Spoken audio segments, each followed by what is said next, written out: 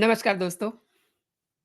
किसी ने बड़ी सही बात कही है कि दोस्ती और दुश्मनी इतनी जगह ज़रूर माँगती है कि वहाँ साँस आसानी से ली जा सके और दुश्मनी भी इतनी ही जगह माँगती है कि कभी ज़रूरत पड़े तो फिर आपस में बातचीत हो सके। आज राहुल गांधी और अखिलेश यादव एक-दूसरे की शक्ल तक नहीं देखना चाहते। यानी कि उनके बीच में कुछ भी ठीक नहीं है।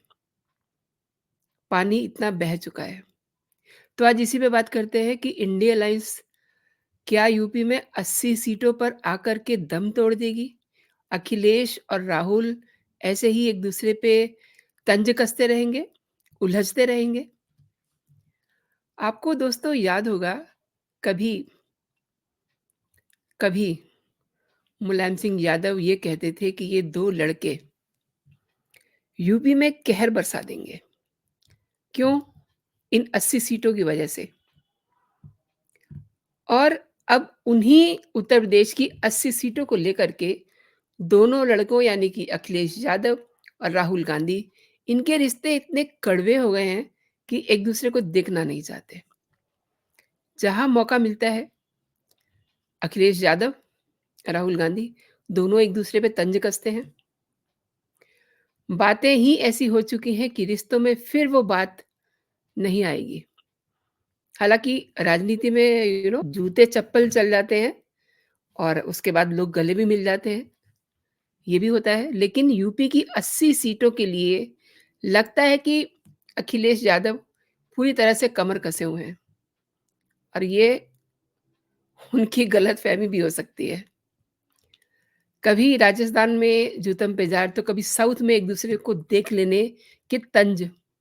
इन सब के पीछे जो जो मेन वजह है, वो है उत्तर प्रदेश की 80 सीटें और इन्हीं सीटों के चलते आई डोंट नो व्हाई मुझे इंट्यूशन हो रहा है कि उत्तर प्रदेश में भाजपा को तो कतई मशक्कत करने की ज़रूरत नहीं पड़ेगी क्योंकि क्योंकि यहाँ तो इंडिया अलायंस आपसी झगड़ों में ही खत्म होने वाली है।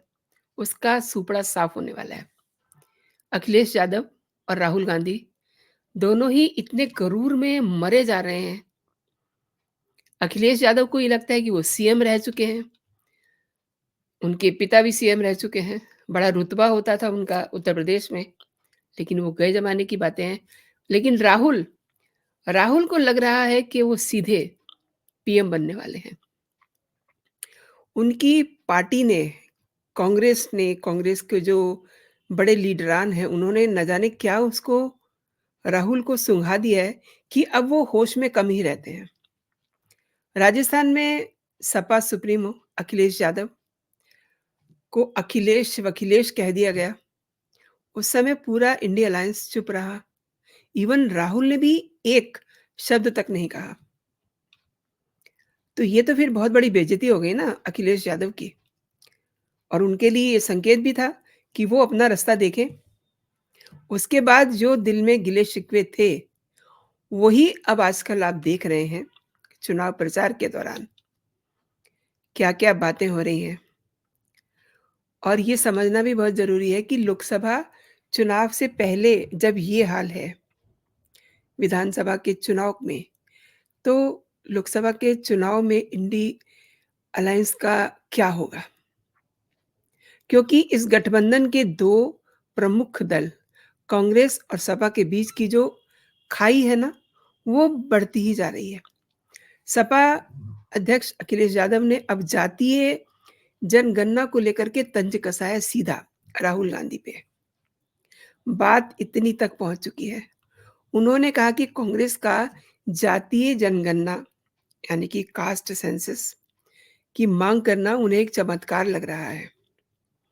जब कांग्रेस सत्ता में थी, ये वो तंज कस रहे हैं कि जब कांग्रेस सत्ता में थी, तब जातीय जनगणना कराई नहीं गई और अब जब बीमारी इतनी बढ़ गई है, तो इस बीमारी को रेडिकेट करने के लिए एमआरआई की और सीटी स्कैन की ज़रूरत है और कांग्रेस बात कर रही है एक्स-रे की।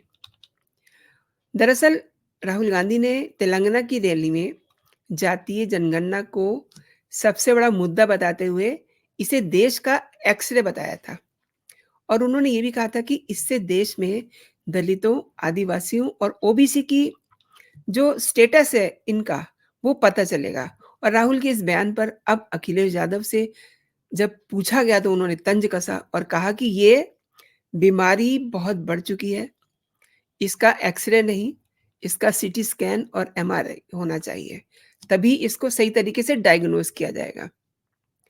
जिस समय एक्स-रे होना था, वो एक्स-रे का समय था, आज सीटी स्कैन की ज़रूरत है, आज एमआरआई मशीन की ज़रूरत है।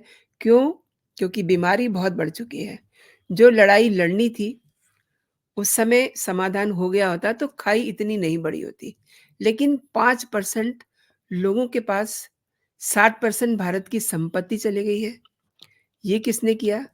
ये पुरानी सरकारों पे वो ठिकरा फोड़ रहे हैं, यानी कि कांग्रेस की सरकारों पे। तो ये जो तंजबाजी है ना, ये दिखा रही है कि दिलों में कितनी खटास आ गई है। क्योंकि बार-बार वो एक ही बात कह रहे हैं कि जब एक्स-रे करना था, तब नहीं किया। बीमारी अब बढ़ चुकी है, आज एमआरआई, सीटी स्कैन की ज़रूरत है। अच्छा, अखिलेश ने यह इसमें और जोड़ दिया कि जब कभी समाजवादियों को मौका मिलेगा, तो सबसे पहले जातीय जनगणना करवाई जाएगी। अखिलेश यादव अपनी भड़ास निकाले ही जा रहे हैं। कांग्रेस को कह रहे हैं कि ये वो पार्टी है जिसने आज़ादी के बाद कभी जातीय जनगणना नहीं करवाई।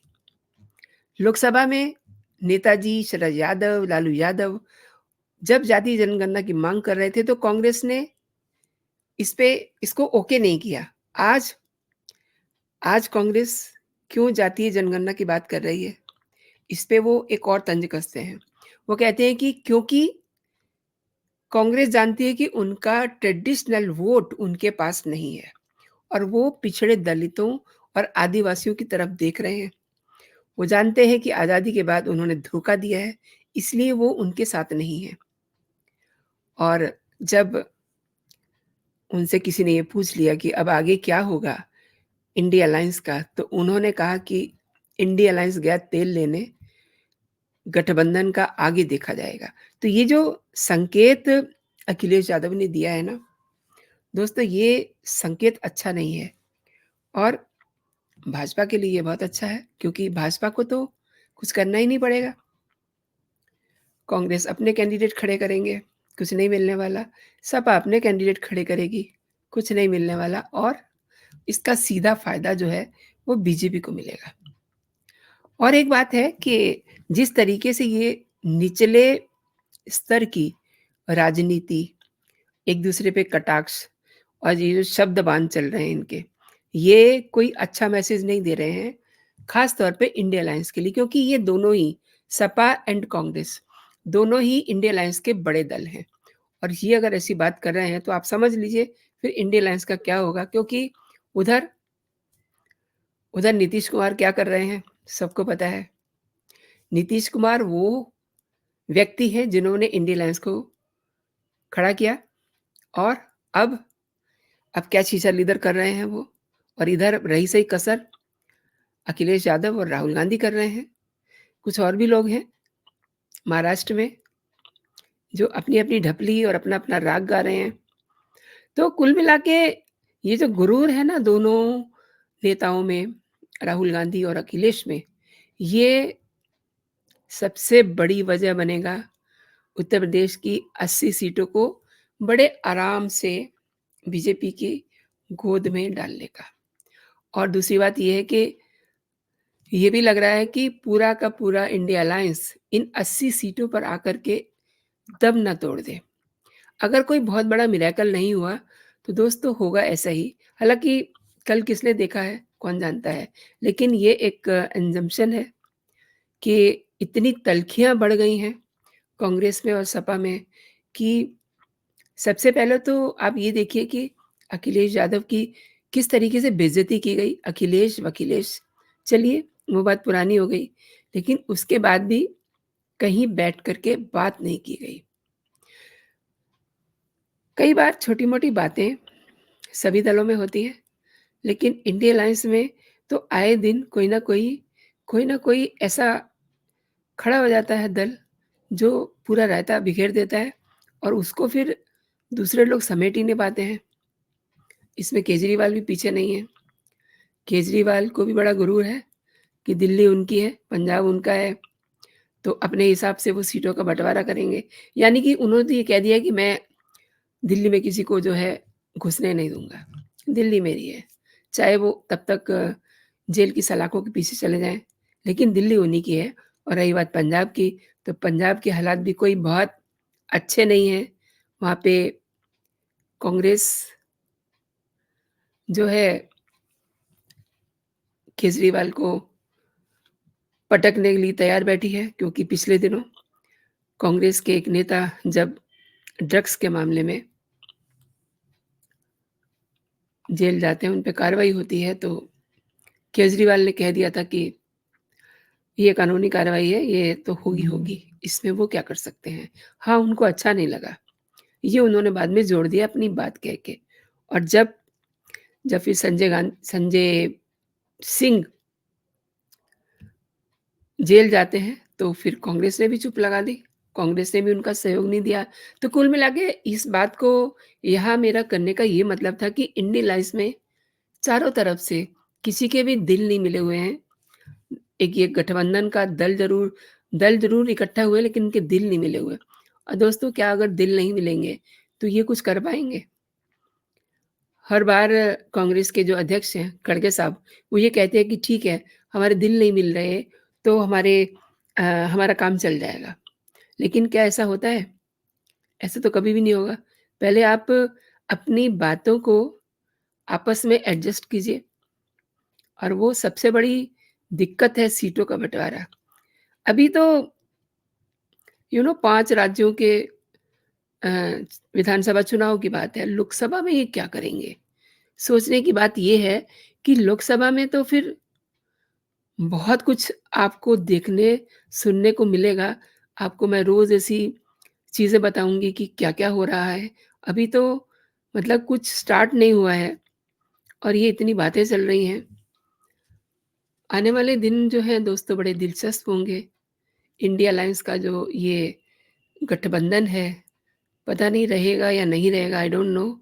लेकिन दोस्तों, आपने पूरा वीडियो देखा है, धन्यवाद। और जो बात मैं हमेशा कहती हूँ आपसे, कि ये वीडियो आपको कैसा लगा, मुझे मेरे कमेंट सेक्शन में आप ज़रूर बताइएगा। ये जो गली टाइप लड़ाई हो रही है अखिलेश और राहुल में, इन सब पे आप क्या सोचते हैं? अपनी टिप्पणी ज़रूर ड्रॉप कीजिएगा मेरे कमेंट सेक्शन में। और आपको अगर मेरे कंटेंट पसंद आ रहे हैं, तो आप मेरे चैनल को सब्सक्राइब कर सकते हैं, ताकि जो भी मैं कंटेंट आपके लिए तैयार करूँ, सबसे पहले आपको मिले। आप बेल आइकन दबाइए, उसके बाद आप मेरे चैनल के साथ जुड़ जाएँगे और सभी कंटेंट आपको मिलते रहेंगे। तो अभी के लिए दोस्तों इतना ही। आप अपना और अपनों का ख़्याल रखिए, खुश रहिए, स्वस्थ रहिए। जय हिंद, जय भारत।